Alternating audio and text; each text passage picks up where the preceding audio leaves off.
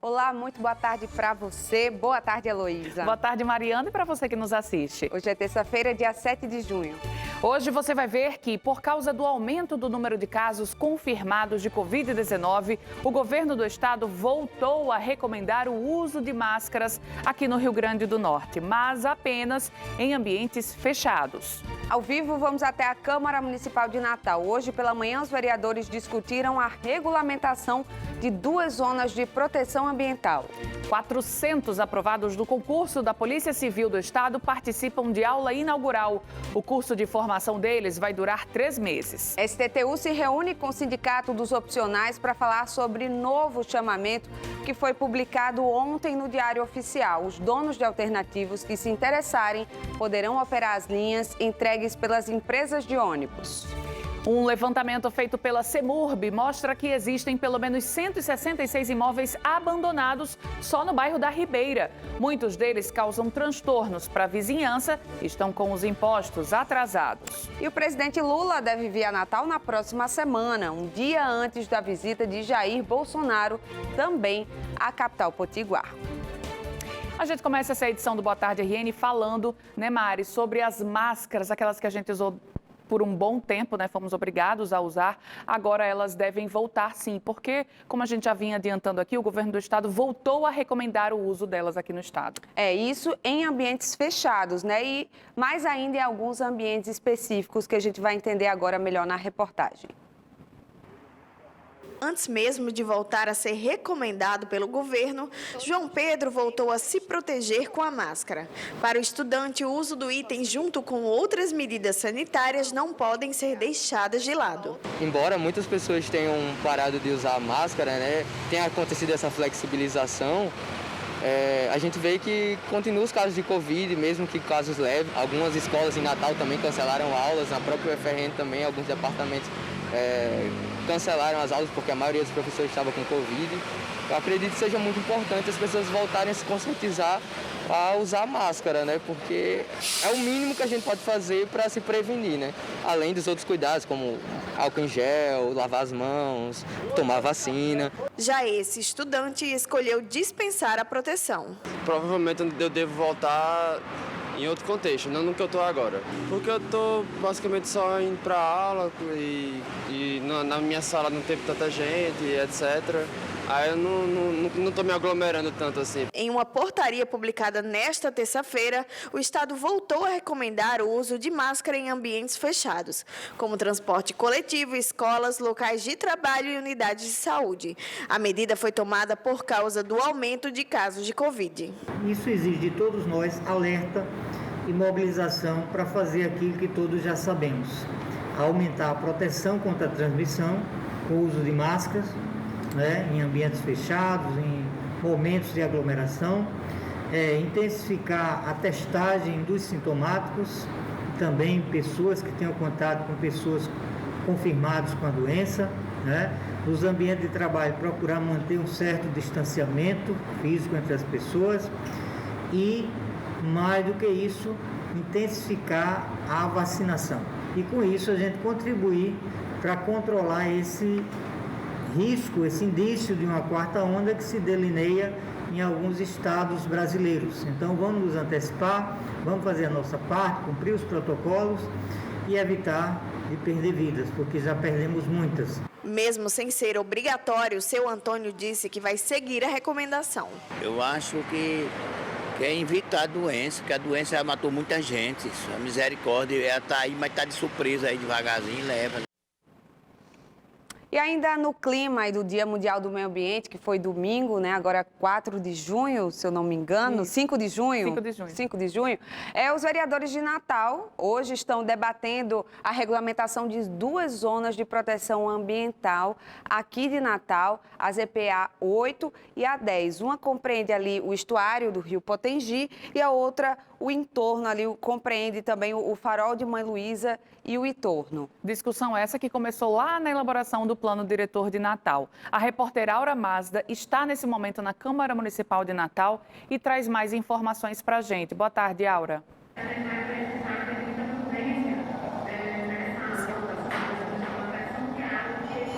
Boa tarde. tarde, Elô. Boa tarde, Mari. Boa tarde a quem nos assiste. Isso mesmo, eu estou aqui na Câmara Municipal de Natal, onde nesse momento está ocorrendo uma audiência pública, que é a última audiência pública da rodada das zonas de proteção ambiental. O Executivo Municipal enviou um projeto de lei e agora os vereadores e a sociedade civil está debatendo os pontos. Hoje, exatamente, está sendo debatida a zona de ambiental número 9, né? A 8 e a 10 já passaram por outras rodadas de audiência e hoje a de número 9, que compreende aí boa parte da zona norte de Natal, uma área importante de dunas e de reservas hídricas. Eu estou aqui com o vereador Ranieri Barbosa, ele que é presidente da Comissão de Planejamento Urbano, Meio Ambiente e Habitação, para nos explicar um pouco mais quais pontos estão sendo levantados, a avaliação. Então, Ranieri, qual a avaliação que o senhor faz a respeito dessas zonas, desses debates até agora? O que é que a gente tem? Muito proveitosa, desde a apresentação do secretário municipal de Urbanismo e Meio Ambiente, Tiago Mesquita, há também os proprietários que hoje têm áreas dentro da zona ambiental, como também da sociedade civil organizada que veio aqui também trazer informações e contribuições. É muito importante saber que estamos tratando a ZPO 09, que pega com questão, como também a Moema Tinoco, e é muito importante para o desenvolvimento turístico da nossa cidade, como principal atividade econômica. Poxa, deu um probleminha aí no nosso sinal, né? Que é da internet. Mas estava explicando que justamente era a zona de proteção ambiental 9, né? As outras duas que eu tinha citado aqui já... Mas, enfim, está tudo sendo discutido para ser regulamentado, dando sequência, né? O que começou a ser feito durante muito tempo, inclusive, para a elaboração do novo plano diretor de Natal. A gente está tentando contato para ver se ela consegue concluir a entrevista com o Ranieri Barbosa, mas a gente segue, então, aqui o Boa Tarde RN com outras informações para vocês. Olha, saiu hoje mais uma exoneração no primeiro escalão da Prefeitura de Natal de um nome ligado ao ex-prefeito Carlos Eduardo, que é pré-candidato ao Senado. Foi exonerado o diretor-geral do PROCON Natal, Johnny Costa. Johnny foi coordenador da campanha de Carlos Eduardo, inclusive, e era considerado aliado bem próximo do ex-prefeito. Há uma semana, Álvaro Dias também exonerou a secretária de Políticas Públicas para as Mulheres, Andréa Ramalho, que é esposa de Carlos Eduardo, né? E o prefeito de Natal, Álvaro Dias, já anunciou que vai apoiar o ex-ministro Rogério Marinho, do PL, para a disputa pela vaga no Senado. Quem tem como principal concorrente, Carlos Eduardo. O senador potiguar Jean Paul Prats confirmou que o ex-presidente Lula estará em Natal no próximo dia 16, feriado, inclusive, de Corpus Christi. Ele vai para a primeira feira nordestina da agricultura familiar e economia solidária no Centro de Convenções, que acontece entre 15 e 19 de junho.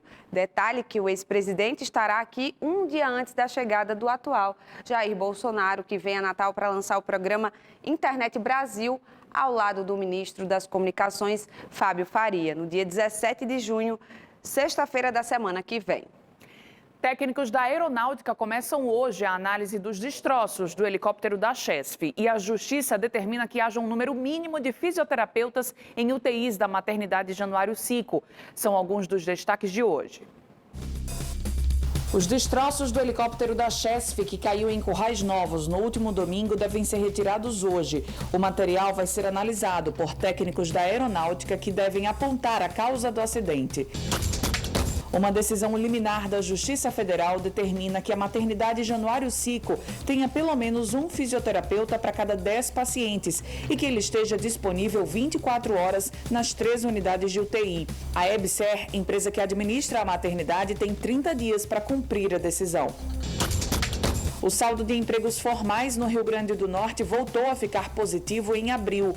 Foram geradas 1.588 vagas, a maioria no setor de serviços. Esse número é bem superior ao saldo negativo de 1.087 empregos em abril do ano passado. A UFERJ, a Universidade Federal Rural do Semiárido, lançou um edital de concurso para selecionar 6 professores efetivos. São 5 vagas para o campus de Angicos e uma para o campus sede em Mossoró. As inscrições vão de 15 de junho a 11 de julho no portal da UFERJ.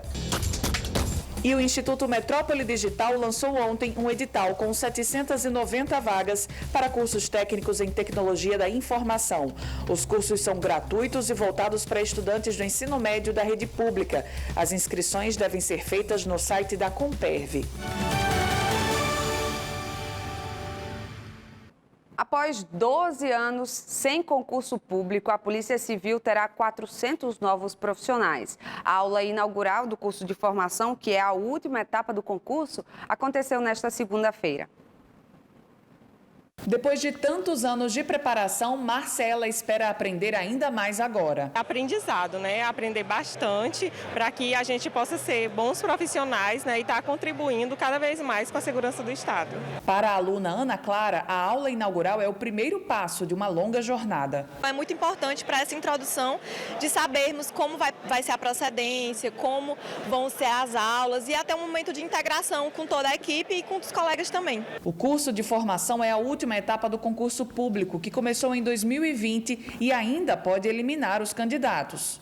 São 3 meses de formação, elas serão realizadas na universidade, na Uni e também em outras escolas, a professora Lourdinha Guerra, o ginásio da UFRN, então todos esses locais serão extensão desse curso de formação. Sem concurso público desde 2008, a convocação dos 400 alunos representa 1/3 do atual efetivo da Polícia Civil no Rio Grande do Norte. No início estava previsto apenas 300.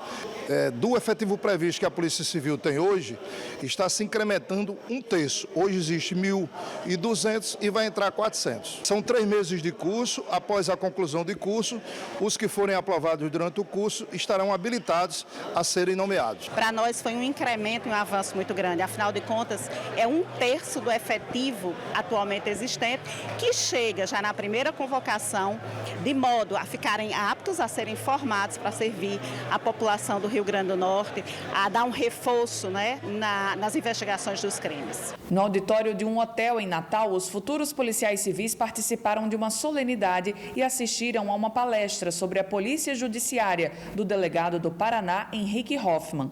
Em tom de comemoração, o vice-governador do estado, Antenor Roberto, abriu a aula inaugural e disse que os alunos encontrarão uma polícia reestruturada. Agora veja só esses vídeos que estão circulando em grupos e nas redes sociais. O que parece ser um funcionário dos Correios é, na verdade, um assaltante. Ele está vestido de carteiro para enganar os moradores e assim conseguir acesso às residências. Essas imagens estão sendo compartilhadas junto com um texto que diz que esse falso carteiro estaria agindo em Nova Parnamirim e também no bairro de Cidade Satélite, em Natal. Nós consultamos a Polícia Militar do Rio Grande do Norte para confirmar essa informação. E a PM afirmou que isso não aconteceu aqui no Rio Grande do Norte. O vídeo que faz um homem de vítima se passou em Fortaleza, no Ceará. E há relatos também de assaltos nesse mesmo modo aí em Guarulhos, no estado de São Paulo. É bom ficar alerta, porque as pessoas compartilham, fica todo mundo com medo e, na verdade, em pânico, né? A gente recebeu e diz, não, vamos apurar isso aí para saber se realmente aconteceu aqui e não, né? Não aconteceu ainda bem. De toda forma, é bom ficar alerta. De toda forma, é bom conferir, importante conferir uma coisa. Eu estava lendo que, para ver mesmo se são funcionários dos Correios, eles são obrigados a usar crachá. Então, além do fardamento, eles têm que estar com crachá bem aparente. É bom conferir, não sei como, né? Se você tem câmera, você consegue dar uma brechadinha para ver pela porta. É cada vez mais difícil, né? Difícil eles estão bem ousados, né? Você vê aí, o fardamento é perfeito, né? É difícil você não... desconfiar, a não ser que né? você já conheça o carteiro, talvez que atue ali na sua região, né? Essa talvez seja uma forma. É difícil desconfiar, realmente. Bom, agora a gente vai para o intervalo. Na volta, a gente vai mostrar que os donos de opcionais se reuniram com a STTU para discutir melhor como será a atuação deles nas linhas, né, de ônibus que foram suspensas durante a pandemia. E você vai ver também que só o bairro da Ribeira, aqui em Natal, Maria acredita, tem quase 170 imóveis que estão abandonados lá, as moscas. Esse é um diagnóstico da CEMURB, que está muito interessada aí nos impostos, né? Claro que esses proprietários deixam de pagar, além, é claro, da vizinhança que fica bastante incomodada. A gente volta já já.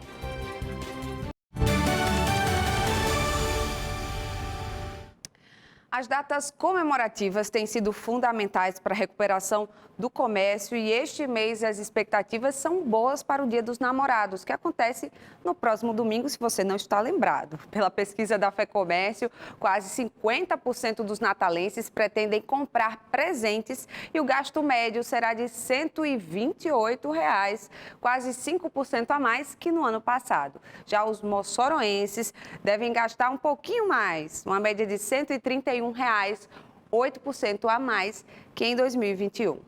E atenção, os proprietários de veículos com placas finais 9 e 0. Vence esta semana a taxa de licenciamento obrigatória para que o certificado do registro do veículo seja emitido, permitindo a circulação. A taxa é de R$ 90 e você pode emitir o boleto digital pelo portal do Detran no ícone Veículos, Consulta de Veículos, digitando a placa e o Renavan. Vão aparecer lá todos os boletos, infrações e IPVA, enfim. Veículos com placa final 9 devem pagar a taxa até quinta-feira e com final 0 até esta sexta-feira. Agora a gente fala de transporte, continuamos falando, né, nesse mesmo mote aí, das 34 linhas de ônibus paralisadas ou devolvidas pelas empresas que operam o transporte público da capital, elas poderão ser retomadas. E para isso, a STTU publicou um chamamento público para que permissionários do Sistema Opcional de Transporte possam operar as linhas, mas em caráter temporário. Uma reunião na tarde desta segunda-feira discutiu esse assunto com o Sindicato dos Opcionais e a sociedade civil. A decisão da Prefeitura de Natal de ofertar as linhas que foram entregues pelas empresas aqui da cidade aos permissionários interessados se deu a partir de uma decisão judicial que permite essa troca operacional. Como desde o início da pandemia da Covid, diferentes empresas foram entregando as linhas, a população de diversos bairros da capital se viu praticamente sem opções de transporte público. O chamamento foi publicado na edição do Diário Oficial do município deste domingo e o prazo para a apresentação dos permissionários já começa a contar a partir de hoje. Em reuniões técnicas com a Procuradoria-Geral do município, a secretaria estudou qual era a forma mais democrática de se fazer essa oferta, né, entre aspas, aos permissionários. E nos foi orientada a fazer esse chamamento público, que foi publicado hoje no Diário Oficial do município, onde todos os permissionários que estão cadastrados na secretaria, né, que fazem parte do sistema opcional, se desejarem, têm a oportunidade de apresentar uma proposta para operar uma dessas linhas. O processo segue o esquema de uma licitação simplificada, tudo para agilizar ao máximo a introdução das linhas nas ruas da cidade. Todo o trabalho de gestão da escolha e do cadastramento dos permissionários vai ser realizado pela Secretaria de Mobilidade Urbana da capital. Cada permissionário tem a possibilidade de colocar até 2 veículos no sistema, então ele faz cada veículo é dentro de uma proposta, né, dentro do envelope, de 6 a 17 de junho, apresentar na sede da STTU. Após isso, a nossa comissão tem 10 dias para avaliar e classificar essas propostas para a gente poder divulgar quem de fato vai poder operar essas linhas. Ao todo, os permissionários vão substituir 34 linhas que foram retiradas de circulação aqui em Natal pelas empresas tradicionais desde o começo da pandemia. Segundo a STTU, serão necessários 144 veículos para suprir a demanda atual. A expectativa da STTU é que até meados de agosto todas as linhas já estejam operando normalmente. Um ganho sem tamanho para quem precisa de um dos serviços fundamentais no dia a dia da cidade. A população, a partir desse chamamento público, terá o retorno das suas linhas, né, das linhas que foram devolvidas ou paralisadas, que é tão solicitada pela população, e esse serviço vai ser prestado a partir do micro-ônibus do serviço opcional.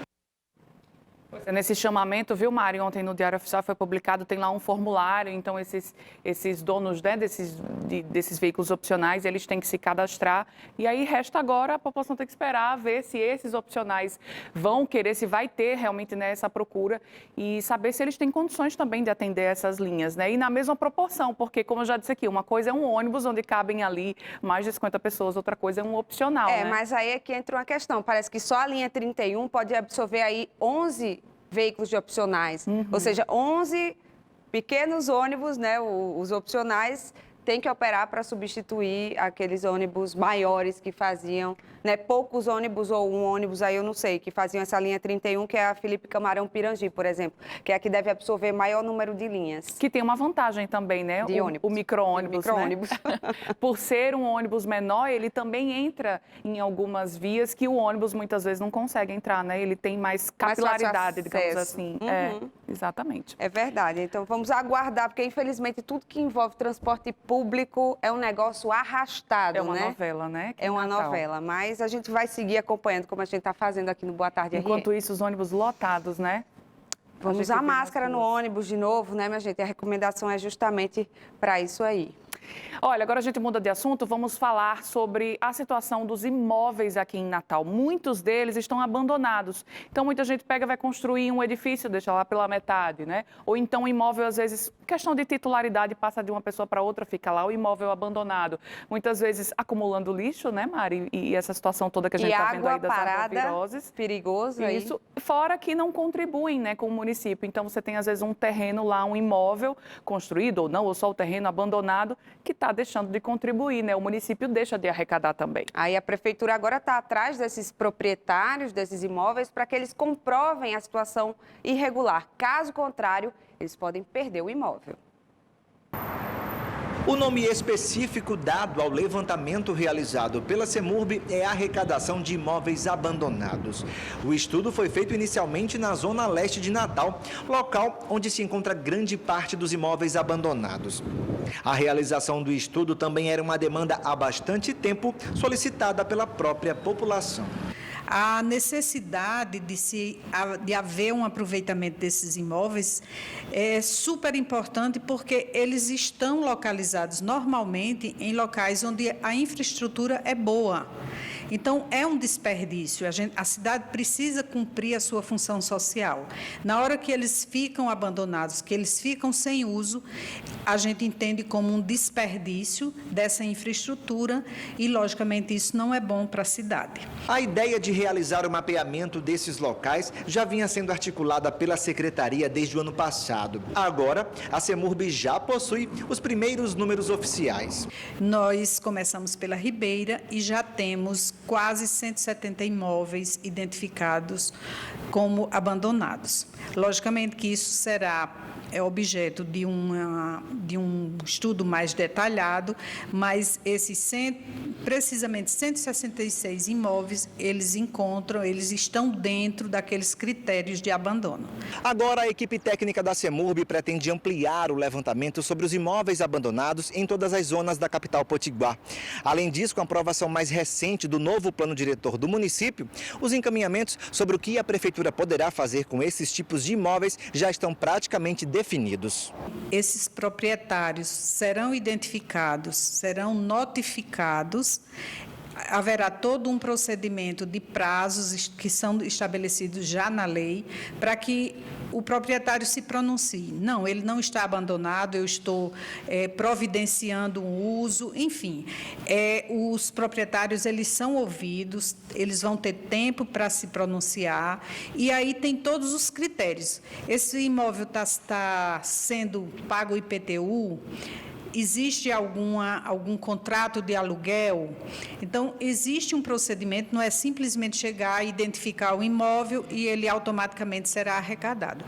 Cumprido todo esse procedimento e sendo comprovado que o imóvel continua abandonado, o município assumirá a responsabilidade esse imóvel virá para o município. E aí o destino será dado de acordo com a administração, com a gestão. E hoje é terça-feira, dia de MasterChef aqui na Band. E agora você vai conhecer onde o programa é gravado. Os estúdios Vera Cruz, que fazem parte da história do cinema nacional, estão reativados. Gravando. Foi nos estúdios Vera Cruz que o comediante Mazzaropi, campeão de bilheteria nos anos 50 e 60, gravou o seu primeiro filme, Sai da Frente, de 1952. Que fila é aquela, doutor? É a fila para entrar na fila, para encher os questionários. O Cangaceiro, inspirado na história de Lampião e primeiro filme brasileiro a alcançar prestígio internacional, também teve cenas gravadas aqui. Até doce de coco, quando é doce demais, enjoa. A companhia cinematográfica Vera Cruz foi fundada em 1949 e se tornou referência no cinema nacional. Agora, 68 anos depois do fim da empresa, a arte está de volta a esses mesmos estúdios. Pelos próximos 3 anos, a PRH 9 Produções, empresa do Grupo Bandeirantes, vai ser responsável pelo espaço, que fica aberto para todos os tipos de produções. Pode ficar aí como uma boa ideia, né? Um festival de cinema e tantas outras ações que podem surgir aqui de São Bernardo para São Paulo e para o Brasil.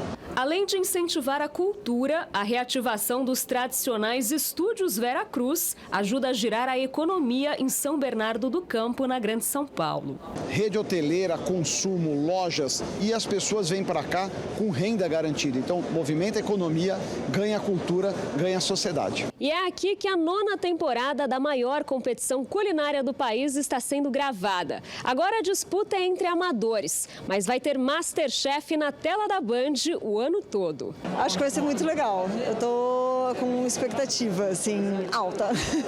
A edição com os profissionais começa no dia 13 de setembro. Já no dia 15 de novembro, pela primeira vez, só vão participar da competição os cozinheiros com mais de 60 anos. E na reta final do ano, no dia 20 de dezembro, as crianças voltam à cozinha do MasterChef Brasil para uma edição especial. Um novo projeto de humor está sendo gravado aqui, com Moacir Franco, com Marcelo Médici, e o sonho da Band se materializando e ter um espaço para incentivar a produção do audiovisual.